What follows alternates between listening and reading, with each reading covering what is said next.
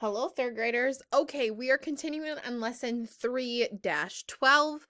You can take out a separate sheet of paper and complete this work on it. Okay, it says drag the arrows next to the array tool to show five rows of chairs with 4 chairs in each row. This is the same setup as yesterday, so we'll keep imagining that we're having a class show. So we need 5 rows with 4 chairs in each. I'm going to do my rows up and down. I have 1, 2, 3, 4, and 5. All right, I have my 5 rows. 1, 2, 3, 4, 5. Put 4 chairs in each row. Put me on pause. Go ahead, draw your array. All right, if you are back, you should have your array drawn. Remember, when we do our first row, that counts as 1 in each row.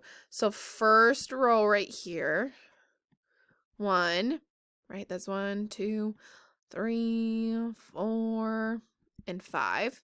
This is our first row, and this first X has to count as 1 as part of our row. Oops. Okay, so 1, 2, 3, 4. Great.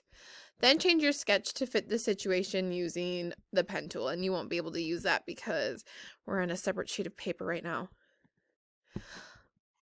It says 4 people are not coming, so you need 4 fewer chairs. Change your sketch to fit the story and write a number model that shows the new total number of chairs.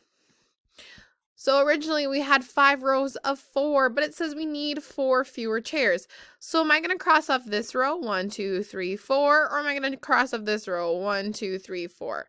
Well, it says 4 fewer chairs. So I'm going to get rid of this last row because we had some people not showing up to our class show. Now it says write a number model to fit the new total. Well, I used to have 5 rows of 4. Now I only have 1, 2, 3, 4, and 1, 2, 3, 4. I have 4 rows of, and maybe you're already writing your number model, 4 rows of 4. What is 4 times 4? Well, I just had 4 times 5, right? 1, 2, 3, 4, 5 times 1, 2, 3, 4. And if I go 5, 10, 15, 20, I know that was 20.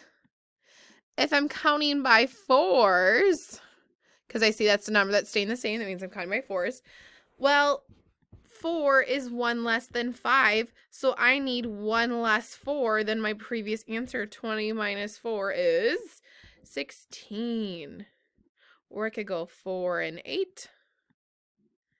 And then I could also say I have 2 more rows, which would be 8. 8 plus 8 is 16, right? Remember, if I did it this way, this is called a helper fact, because this fact that I know 4 times 5 because I know how to count by 5s really well. My 4 times 5 helped me answer 4 times 4.